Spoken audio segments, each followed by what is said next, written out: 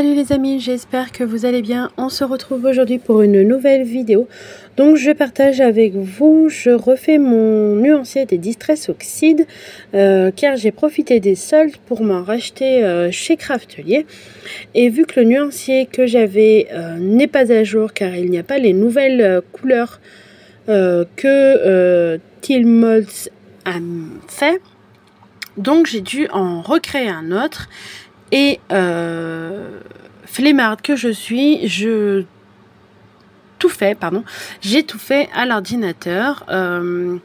Donc pour que ce soit beaucoup plus simple et que la typographie des écritures soit exactement la même pour tous. C'est un côté que j'aime beaucoup dans ce genre de création. Donc j'ai tout simplement créé des tableaux sur Canva en y insérant le nom des Distress et en laissant un grand espace pour pouvoir venir faire comme je fais maintenant, tamponner un motif plein avec la couleur de la Distress. Donc là j'ai pris un tampon feuillage. C'est le seul qui me correspondait bien à l'emplacement. Donc là, les tableaux, je les ai faits sur un papier, je les ai imprimés sur un format A4. Mais il faut savoir que je vais venir redécouper la feuille, puis la plier. Vous allez voir par la suite. Donc, moment satisfaisant de la vidéo, voir toutes ces belles couleurs prendre place les unes à la suite des autres dans le bon ordre. Faut savoir que quand j'ai réétiqueté mes Distress, j'ai eu un gros doute. Certaines me paraissaient pas du tout au bon endroit. Mais en fait, quand on voit le nuancier, je trouve que ça marche plutôt pas mal. Je suis contente de celles que j'ai achetées. Alors c'est pas les dernières, mais j'ai complété un peu les couleurs que je souhaitais. J'ai notamment pris le Squeezed Lemonade, un jaune bien peps pour l'été, le Salvage Patina, l'Uncharted Mariner. J'ai pris aussi le Kitsch Flamingo et le Villainous Potion. C'est des couleurs qui me faisaient de l'œil depuis un certain temps. Et en général, les couleurs que Tillmolds fait, en général, elles me plaisent toutes. Mais je ne suis pas là à passer commande tous les 4 matins. Juste parce qu'il sort une autre couleur. Je préfère attendre, on va dire, par exemple, au bout d'un certain nombre. Et je fais une commande, on va dire, là comme j'ai fait spécial Distress. Quand j'ai commandé chez Craftelier, je n'ai commandé que des Distress et j'en ai profité pour acheter du double face. Mais je n'ai rien acheté d'autre à part ces choses-là. C'est comme ça que je complète ma collection d'encre de Distress. Donc après avoir tamponné tous mes motifs dans l'ordre, je vais venir sécher rapidement tout ça avant que je fasse une catastrophe, parce qu'on remarque que je les ai pas tout achetés en même temps, on est d'accord, mais on sent qu'il y en a certaines qui sont encore beaucoup bien imbibées d'encre comparé à d'autres. Donc là, comme vous voyez, la feuille A4, je la coupe en deux à 14,85. J'avais fait des repères sur Canva et je viens plier les tableaux en deux à 10,5 si je ne me trompe pas de mémoire. Et en fait, on va obtenir, j'obtiens 3 petits livrets que je vais venir assembler les uns aux autres et ça me donnera mon petit livret final comme j'avais auparavant, sauf que là il est tout beau, il est tout carré parce qu'il a été fait à l'ordinateur. Donc j'étais partie pour coller, mais je me suis dit non, on va sécher encore un petit peu, ne faisons pas de boulettes, prends ton temps. J'adore voir ce genre de création. C'est un moment satisfaisant de voir tout se dégrader de belles couleurs. Par contre, j'ai remarqué que, alors, je n'ai pas beaucoup de violet, mais je trouve aussi qu'il n'y en a pas beaucoup dans les collections de Distress. Il me semble en avoir compter peut-être 5-6 à tout casser, si je dis pas de bêtises.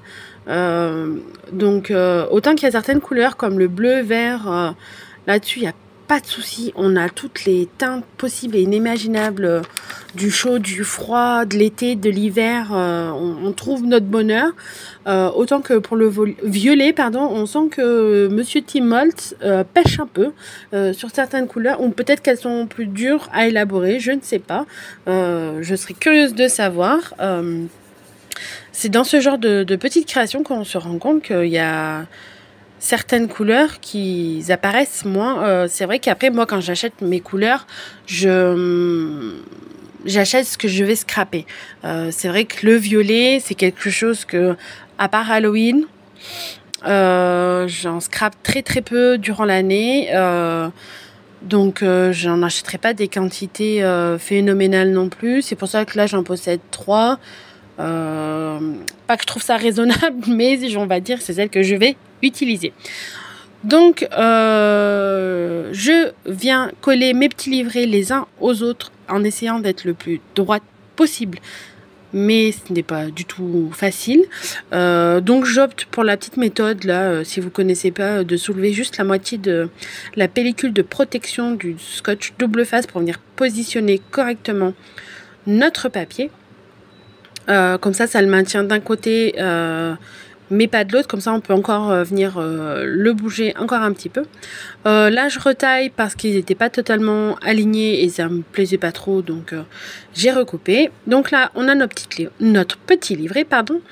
Je l'ai imprimé. Alors, je sais pas si je vous l'ai dit, sur du papier Clairefontaine en 120 grammes.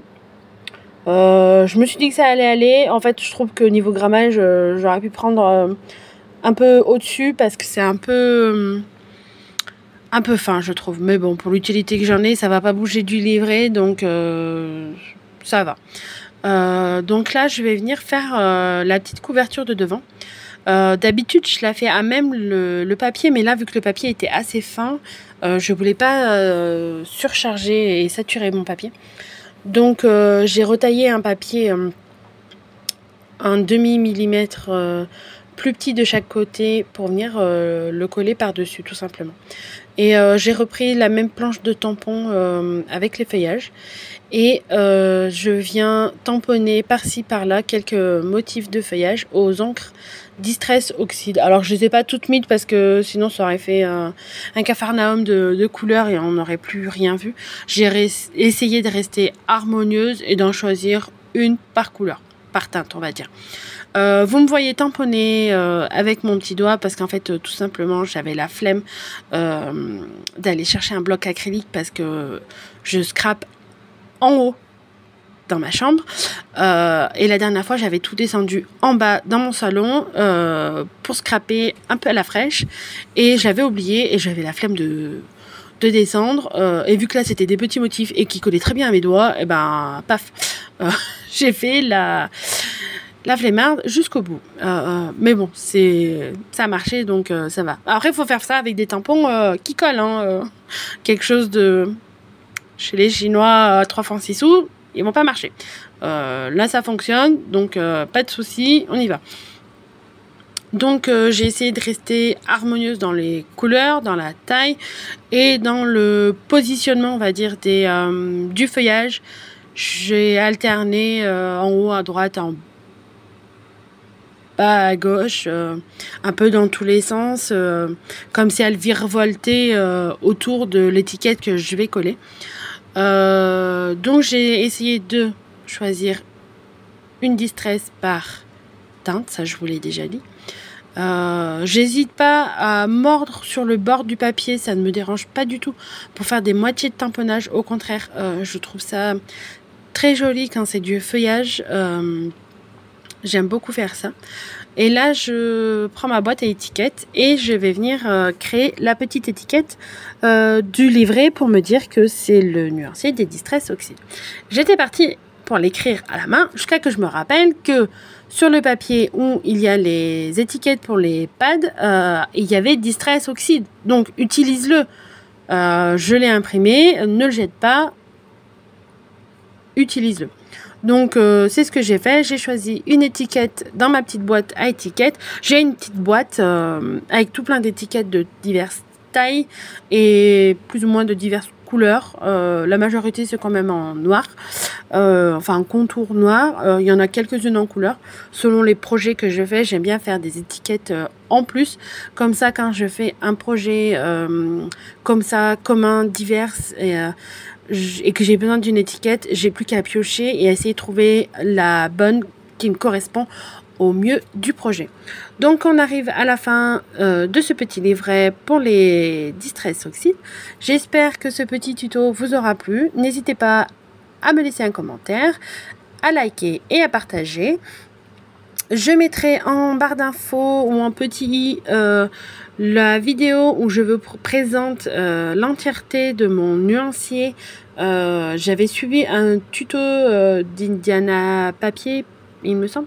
Je vous dis à bientôt. Bye bye.